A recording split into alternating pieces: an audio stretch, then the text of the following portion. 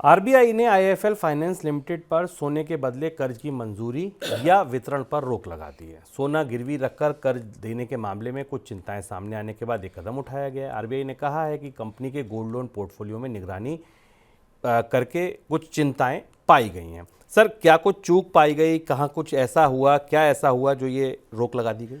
Paytm के बाद ये दूसरी बड़ी कार्रवाई है जो दिखाई दी है आईआईएफएल के गोल्ड पे। बड़ा पोर्टफोलियो था आईआईएफएल, भारत की गोल्ड लोन की प्रमुख कंपनी में थी। सबसे बड़ी जो समस्या पाई गई वो पाया गया कि जो कोलेट्रल के तौर पर, जमानत के तौर पर गोल्ड रखा जाता था, जो सोना लिया जाता था और जिसके बदले लोन दिया जाता था, उसके पूरे कामकाज में गहरी अपारदर्शिता पाई गई। ऐसा संकेत दिया आरबीआई ने कि डिफ़ॉल्ट होने की स्थिति में कंपनी जब ऑक्शंस करती थी तो वो पारदर्शी ऑक्शंस नहीं होते थे। आमतौर पर गोल्ड लोन कंपनियां क्या करती हैं कि यदि उनसे किसी ने कर्ज लिया और उसके बदले सोना गिरवी रखा है और वो समय पर कर्ज नहीं चुका पाती तो कंपनियां उस सोने को ऑक्शंस कर देती हैं और उस ऑक्शन के बड़े बड़े विज्ञापन छपते हैं।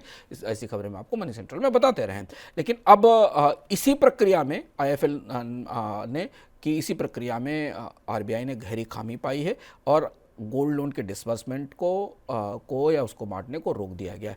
चिंता और चुनौती यह है कि अकेली कंपनी नहीं है ऐसा काम करने वाली, भारत में बहुत सारी कंपनी है गोल्ड लोन का काम करने वाली, और जो आईएफएल में हो रहा होगा वो बाकी जगह भी होने का खतरा है। और इसलिए पूरे गोल्ड लोन का जो पूरा गोल्ड लोन का बाजार है उसमें खासी बेचैनी है। गोल्ड लोन कंपनियां सहम गई हैं क्योंकि पहली बार ऐसा हुआ जब स्पेसिफिकली गोल्ड लोन सेक्टर में सुपरवाइजरी वायलेशन के कारण, नियमों के उल्लंघन के कारण इतनी सख्त कार्रवाई की गई है कि कंपनी को गोल्ड लोन देने से रोक दिया गया है। आईएफएल की जो गोल्ड लोन की बुक है वो करीब 24,692 करोड़ रुपए की है और जो इसका टोटल पोर्टफोलियो उसमें 31% हिस्सा गोल्ड लोन का है।